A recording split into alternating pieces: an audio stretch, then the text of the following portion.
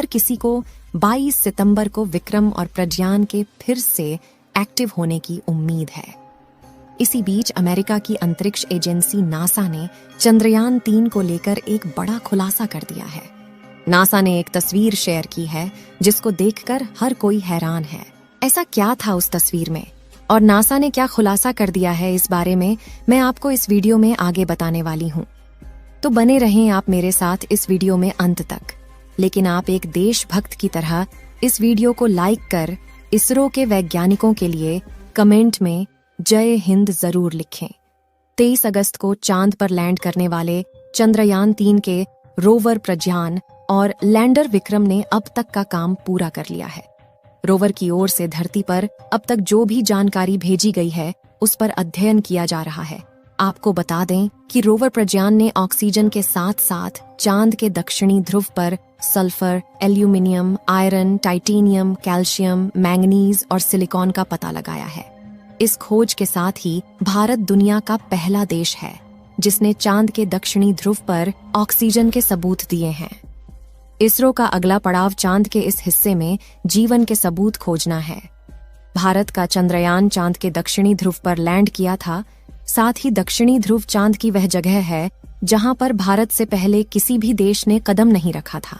चंद्रयान 3 के दक्षिणी ध्रुव पर लैंड करने को लेकर अमेरिका की नासा अंतरिक्ष एजेंसी ने एक बड़ा खुलासा किया है। दरअसल 6 सितंबर को अमेरिकी अंतरिक्ष एजेंसी नासा ने चंद्रमा की सतह पर चंद्रयान 3 के लैंडर विक्रम की एक तस्वीर जारी की है, जिसे उसके चंद्र निगरानी कक्षीय में घूम रहे अंतरिक्ष यान ने खींचा है। इस समय जो तस्वीर आप लोग अपने मोबाइल फोन पर देख रहे हैं, इसी तस्वीर को नासा ने कैप्चर किया है। चंद्रयान 3 के लैंडर को तस्वीर के मध्य में देखा जा सकता है और विक्रम के चारों तरफ चमक के साथ उसकी काली छाया को भी देखा जा सकता है। दोस्तों, जब से चंद्रयान 3 के दक्षिणी ध्रुव पर लैंड करने की खबर आई थी, तब से अमेरिका का नासा उसे खोजने में लगा हुआ था। अंतरिक्ष में चांद की निगरानी के लिए भेजे गए अंतरिक्ष यानों की सहायता से अमेरिका भी चंद्रयान की एक झलक देखने के लिए बेताब हो रहा था। उसे विश्वास नहीं हो रहा था कि जिस दक्षिणी ध्रुव पर अमेरिका के खुद की उतरने की कभी हिम्मत नहीं हुई, वहां पर भारत अपना चंद्रयान कैसे सफलतापूर्वक लैंड करवा सकता है।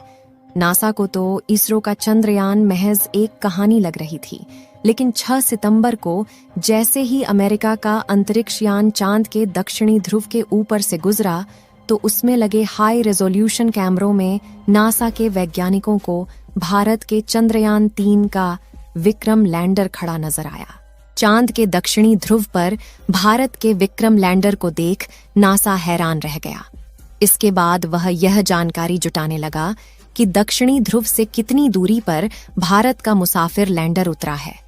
नासा ने अपनी रिपोर्ट में लिखा है कि इसरो के चंद्रयान 3 ने चांद की सतह पर 23 अगस्त 2023 को अपने कदम रखे थे। यह जगह चंद्रमा के दक्षिणी ध्रुव से करीब 600 किलोमीटर दूर है। इसके साथ ही नासा ने विक्रम लैंडर की एक तस्वीर भी शेयर की है, जिसमें विक्रम लैंडर नजर आ रहा है। जहां पर विक्रम लैंडर उतरा है, वहां पर चारों तरफ सफेद रंग का हेलो बना दिख रहा है, जो कि लैंडर के इंजनों की वजह से उड़कर हटी हुई धूल है। अब तो नासा को भी विश्वास हो गया है कि भारत का इसरो उसे कड़ी टक्कर दे रहा है। इसरो ने भले ही चंद्रयान 3 को 600 किलोमीटर दूर लैंड करवाया हो, लेकिन दक्षिणी ध्रुव पर अपना झंडा गाड़ दिया है। इस समय जहां पर हमारा प्रज्ञान रोवर और विक्रम लैंडर मौजूद है, वहां पर घोर अंधेरा छाया हुआ है। विक्रम लैंडर अब बिना सूरज की रोशनी के है और वह चांद पर फैले अंधेरे में सो चुका है। लैंडर और प्रज्ञान रोवर के सारे पेलोड बंद कर दिए गए हैं। सिर्फ लैंडर के रिसीवर को चालू रखा गया है ताकि वह दोबारा से जगाया जा सके। अब चंद्रमा पर उस हिस्से में 14 से 15 दिन की रात रहेगी जहां पर विक्रम और प्रज्ञान मौजूद है। अगर ये दोनों वहां के तापमान को बर्दाश्त कर ले गए तो शायद वापस सूरज के उगने पर एक्टिव हो जाए, लेकिन इसकी संभावना बेहद कम मानी जा रही है, क्योंकि रात के समय चांद की दक्षिणी ध्रुव का तापमान लगभग -240 डिग्री सेल्सियस तक पहुंच जाता है। वैसे क्या आपको पता है कि चंद्रमा पर मौजूद विक्रम लैंडर की धरती से दूरी कितनी है? तो आपको बता दें कि विक्रम लैंडर धरती से करीब 3,71,841 किलोमीटर दूर मौजूद है। अब अगले 14-15 दिनों तक विक्रम लैंडर और प्रज्ञान रोवर के आसपास घनी रात और भयंकर ठंड होगी। तापमान -240 सेल्सियस से और भी नीचे जा सकता है। ऐसे में विक्रम और रोवर के उपकरणों के साथ ही बैटरी के भी खराब होने का खतरा बना हुआ है। लैंडर और रोवर अगर यह सर्दी बर्दाश्त कर लेते हैं तो 14 से 15 दिन बाद सूरज उगने पर उनके सोलर पैनल के जरिए चार्ज हो सकते हैं।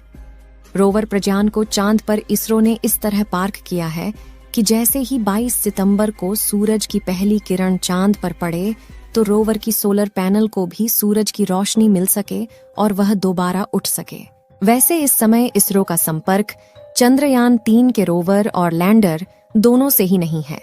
जैसा कि हमने आपको बताया कि विक्रम लैंडर को बीती रात भारतीय समय के मुताबिक 8 बजे स्लीप मोड में भेज दिया गया है। वैज्ञानिकों ने बताया कि लैंडर रिसीवर को चालू रखा गया है और सोलर एनर्जी खत्म होने के बाद विक्रम लैंडर रोवर प्रज्ञान के बगल में स्लीप मोड में पहुंच गया है। अब हर किसी को 22 सितंबर को विक्रम और प्रज्ञान के फिर से एक्टिव होने की उम्मीद है। 22 सितंबर को इसरो के कंट्रोल रूम में बैठे वैज्ञानिक एक रेडियो सिग्नल लैंडर के रिसीवर को भेजेंगे। अगर सब कुछ सही सलामत रहा तो विक्रम लैंडर का रिसीवर उस रेडियो सिग्नल को रिसीव करके जग जाएगा। लेकिन अगर रेडियो सिग्नल का जवाब वापस धरती पर नहीं आया तो यह मान लिया जाएगा कि चंद्रयान 3 के रोवर और लैंडर हमेशा के लिए चांद की सतह पर भारत के राजदूत बनकर रह गए हैं। साथियों, इस वीडियो को यहीं पर खत्म करते हैं। दोस्तों, अगर हमारी ये वीडियो आपको अच्छी लगी है तो वीडियो को एक लाइक और हमारे चैनल स्काई पर्व को सब्सक्राइब अवश्य कर लें। आपके प्यार और सपोर्ट के लिए दिल से धन्यवाद।